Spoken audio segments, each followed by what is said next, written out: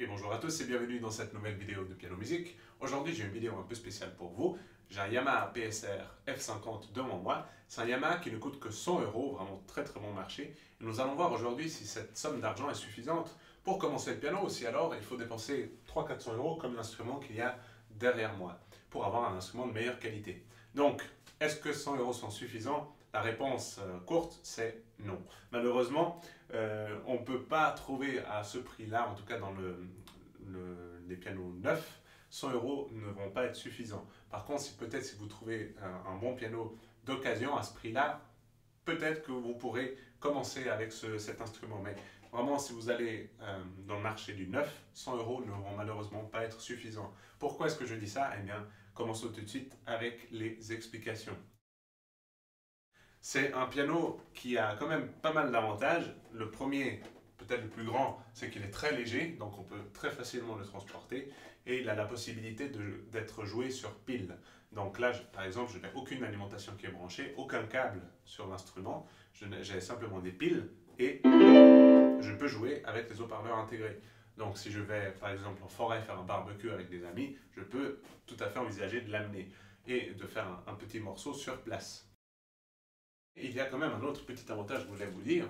Il y a un pupitre intégré, donc voici, on le monte sur le piano et on peut poser des partitions. Figurez-vous que sur mon Yamaha CP88 à 2000 euros, il n'y avait pas de porte-partition inclus, j'ai dû l'acheter séparément pour 70 euros. Donc le porte-partition de mon autre Yamaha, le CP88, coûtait quasiment autant que tout cet instrument-là. Donc c'est assez surprenant. Le premier son de piano, comme vous l'avez peut-être déjà entendu,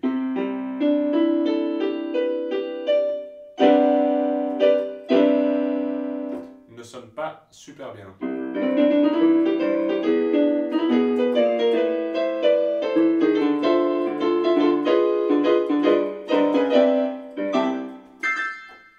Il sonne vraiment très aigu, très électronique, tout simplement.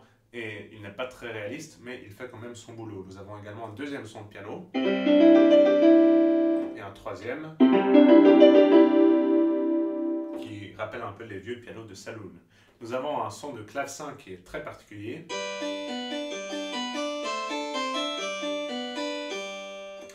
Mais par contre, je voulais arriver au cinquième son qui est le son que je préfère sur cet instrument.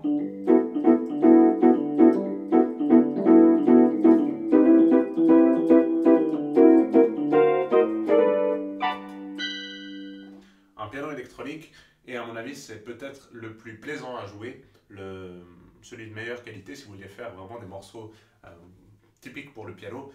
Je vous conseille d'utiliser ce son-là, le piano électronique. Les pianos acoustiques ne sont pas très réalistes comme vous l'avez pu entendre, mais il y a plein d'autres sons. Il y a des pianos électroniques, il y a des orgues, il y a des accordéons, des guitares, des basses, des violons, des bois, des saxophones, des trombones, des trompettes, de la percussion, des synthétiseurs.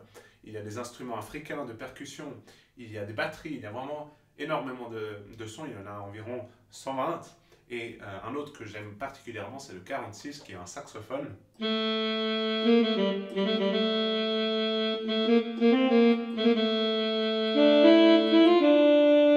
Qui sonne vraiment correct, je trouve, pour le prix de 100 euros. C'est assez surprenant que le son de saxophone soit de cette qualité.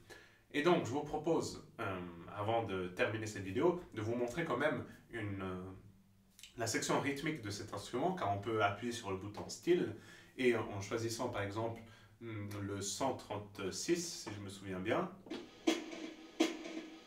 nous avons un petit rythme de jazz, et vu que j'ai le son de saxophone qui est sélectionné, lorsque je vais jouer un accord à la main gauche, il y aura tout un accompagnement qui va se faire.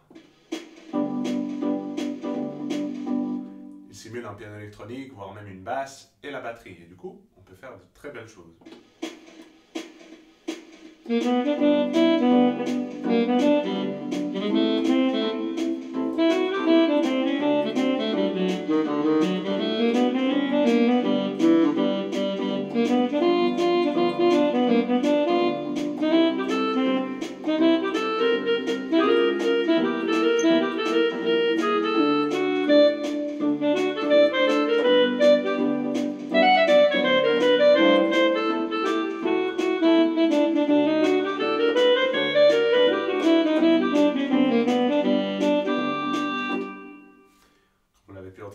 on peut quand même s'amuser avec ce petit instrument.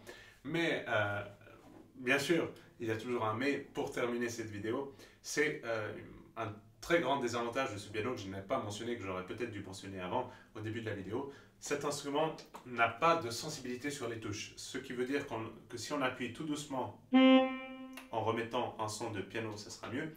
Si on appuie tout doucement ou tout fort, très fort, le volume de sortie est le même. Donc, c'est exactement le même. Et bien sûr, sur un vrai piano, même sur un piano électronique de meilleure qualité, bien sûr, le volume change par rapport à la force qu'on utilise. Et du coup, ça rend vraiment pas très plaisant à jouer ce toucher-là, parce que rien que dans un morceau tout simple, lorsqu'on fait des accords à la main gauche, ils vont être joués plus doux que la mélodie à la main droite.